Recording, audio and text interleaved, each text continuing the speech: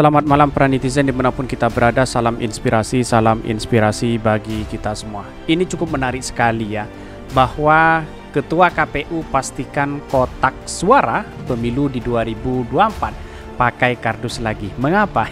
Ini akankah terulang kembali di 2019? Bisa jadi begitu kan? Publik bisa mengawasi sendiri seperti apa perjalannya pesta demokrasi di 2024 ini. Dan bagaimana komentar-komentarnya? Silahkan komentar di bawah ini ya. Mari kita baca terlebih dahulu komentar-komentar netizen ya. Terlebih dahulu seperti ini ya. Ini dari komentar netizen, Ketua KPU pastikan kotak suara pemilu 2024 pakai kardus lagi. Mengapa? Ini banyak spekulasi hari ini, ada pro dan ada kontra ya. Pakai kardus biaya murah, paling harganya hanya ratusan ribu per kilo. 1 kilo isinya berapa karton? Bagi aja jumlah TPS dikali jumlah kotak suara TPS di seluruh Indonesia, maka ada berapa lembar karton, lalu bagi dengan 1 kilo beberapa karton. Bertahun ketahuan berapa kilo yang dibutuhkan. Emang rakyat Indonesia masih bodoh sekali, ini banyak sekali yang men-thread ini. Catatan penting begitu kan? Apakah seperti ini yang dilakukan begitu? Siap, lanjutkan kecerdasan tinggi ini. Video ini menunjukkan ya seperti itu ya. Dokumen bukti otentik, sah, legal, dan diakui. Berita acara pencoblosan itu yang mana, itu yang harus diamankan sampai final hasilnya. Jangan salah input disengaja. Kecurangan pemilu harus bisa dibuktikan. Bongkar kecurangan pra, selama, dan pasca pemilu terutama dari pihak penyelenggara ini. Mimpi setinggi langit mobil listrik tanpa supir, hutan jadi kota pemilu, kota kardus ora nyambung bong. Udahlah kardus digembok lagi. Biaya pemilu 2019 25,6 triliun dengan 14 partai. Pakai kotak kardus di 2024 naik jadi 76,6 triliun. Dengan 17 partai masih tetap kotak kardus. Otak korup mana yang kalian sembunyikan? Bisa jadi dikorupsi begitu kan. Tapi di satu sisi mari kita apresiasi sekali kepada para publik ya, yang mengikuti pesta demokrasi di 2024 ini tanpa ada sesuatu yang kita yang menimbulkan hak negatif bagi seluruh rakyat Indonesia begitu. Artinya mari kita bersama-sama bergandengan tangan untuk menuju Pilpres di 2024 yang aman, tentram, dan tentu pilihannya masing-masing begitu. Tetapi kombinasi teknologi 1 dan 1.0 atau industri hari ini ya, sistem yang sangat canggih begitu kan, membuka kardus harus dengan scan barcode pada gembok. Pemilu adalah pesta demokrasi rakyat Indonesia, sudah selayaknya sebuah pesta dalam pelaksanaan diberikan fasilitas yang terbaik oleh pemerintah. Jangan jadi alasan hemat tapi masih bisa dicurangi dalam pelaksanaannya. Jangan coba-coba bermain curang kalau tidak pengen lihat rakyat marah. Ya, kita awasi bersama-sama demokrasi begitu kan, jalannya demokrasi seperti apa begitu. Tapi perlu diingat bahwa bisikan-bisikan oligarki itu yang punya kekuatan modal besar itu bisa mempengaruhi seseorang untuk bisa tidak netral begitu, bahkan tidak independen begitu kan. Inilah yang harus kita awasi bersama begitu.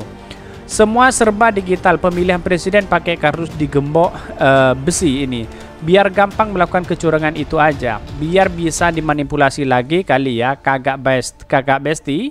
Dasar rezim hancurnya. Ini banyak sekali yang menurut mereka ada pro dan kontra begitu. Tapi inilah ada bagian dari demokrasi kita begitu yang kita hormati begitu kan. Berarti yang kemarin bilang ada dugaan rekayasa memenangkan Ganjar masuk akal. Biar lebih gampang main curangnya ini. Keren, mudah untuk dimanipulasi. Jangankan kotak dari kardus, celengan kaleng aja masih dikorek-korek buat ambil isinya. Apalagi ini cuma kardus, anggaran doang yang gede. Biar kalian untungnya banyak, gampang dicurangi keboblokan yang hakiki ini. Gambar gembor zaman 4.0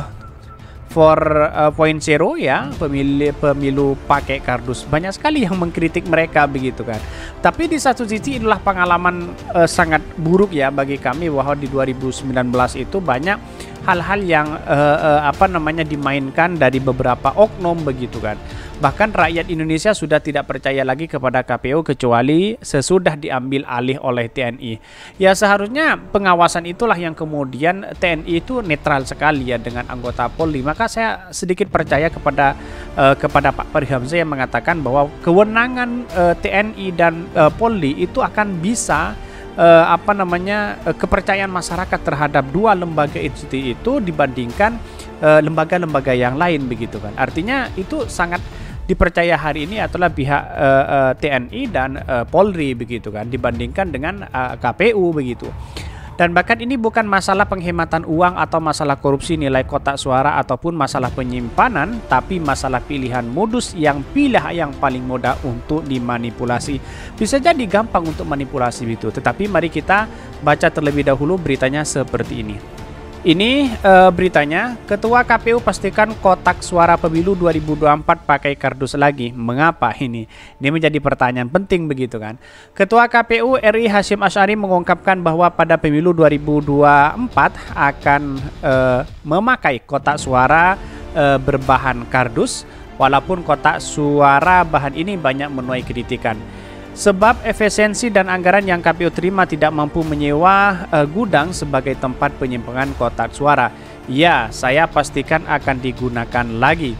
Menurutnya, jika KPU mengungkapkan kotak suara berbahan aluminium, maka benda tersebut menjadi kategori aset negara yang harus disimpan.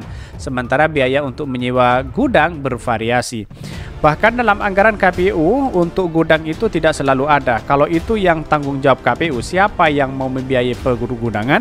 Kalaupun ada biaya KPU, pukul rata semua daerah pasti bakal kotak itu juga. Kenapa basisnya di kabupaten kota? Misalkan anggaran 100 juta, ya 100 juta semua tambahkan dia. Bahkan setelah proses sengketa selesai, proses pengarsipan perdokumentasian selesai, dokumen kepemiluan di tingkat TPS selesai, semua isinya akan kami elang termasuk kotak kardusnya. Wow, ini kan sangat menarik juga, bisa dijual kira-kira seperti itu. Tapi di satu sisi bukan itu yang dilihat oleh masyarakat.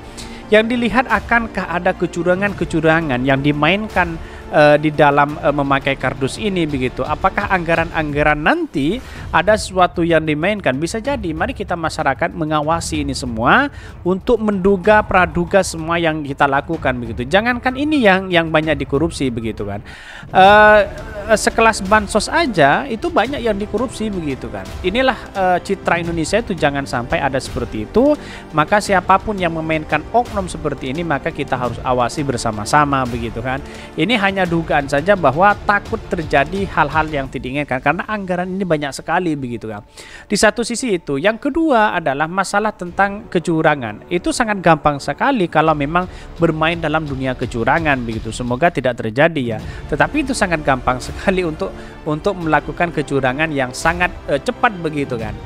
Dan bahkan ini lebih efisiensi dari hasil lelang akan kami store ke kas penerimaan negara, ujarnya. Bahkan soal keamanan kotak suara pihaknya memastikan sudah tersegel dengan kabel tes dengan adanya pengawasan ketat sehingga surat suara tetap terjamin keutuhannya. Ia meminta publik tidak perlu memperdebatkan hal ini lagi. Oke, saya setuju kalau memang ini diperketat pengamanannya. Tetapi perlu diingat begini ya. Dari analisis kami bahwa kalau dari desa ya, dari desa ke kecamatan ke kabupaten itu sangat oke-oke aja.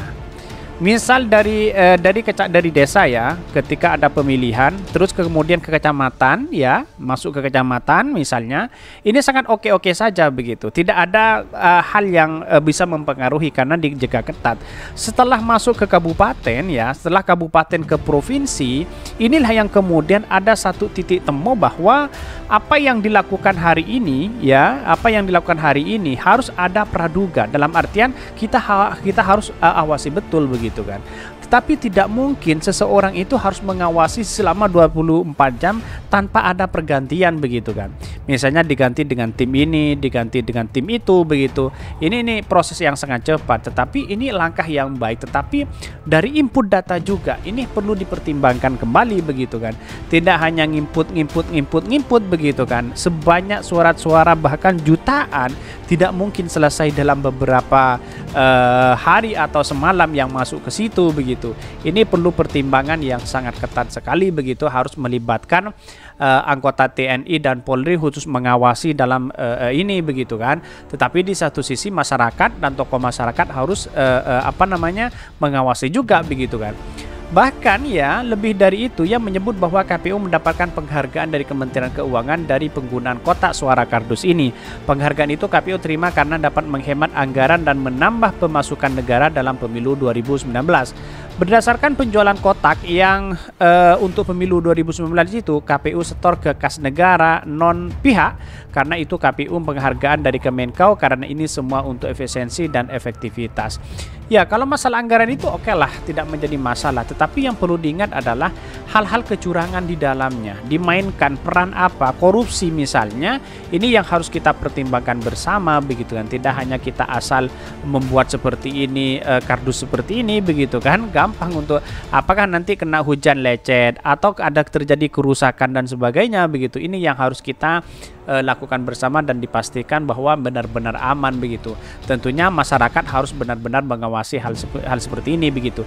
Tetapi kalau sudah masuk ke gudang KPU itu tidak bisa begitu. Dalam artian masyarakat mungkin bisa mengawasi dari luar karena yang terlibat di dalamnya ya pasti KPU, yang menghitung juga KPU tanpa menghitung satu-satu begitu kan. Karena yang dilihat itu adalah A1 begitu yang menjadi tolak ukur kita apakah itu seberapa besar pengaruh dalam pilihan suara itu begitu. Kira-kira seperti itu begitu. Kesimpulan saya hanya satu, bahwa apakah nanti ada kecurangan, wallahu alam. Publik bisa menilai sendiri seperti apa. Yang kedua, apakah dari dana pilkada, apakah dana pemilu, apakah ada korupsi atau tidak? Mari kita awasi bersama-sama. KPK juga mengawasi hal seperti ini. Mungkin itu yang kami sampaikan. Tonton terus channel Khodari Podcast Rakyat ini karena ada berita-berita menarik dan viral setiap harinya. Salam para netizen, salam inspirasi bagi kita semua. Jangan lupa di subscribe channel YouTube Khodari Podcast Rakyat ini.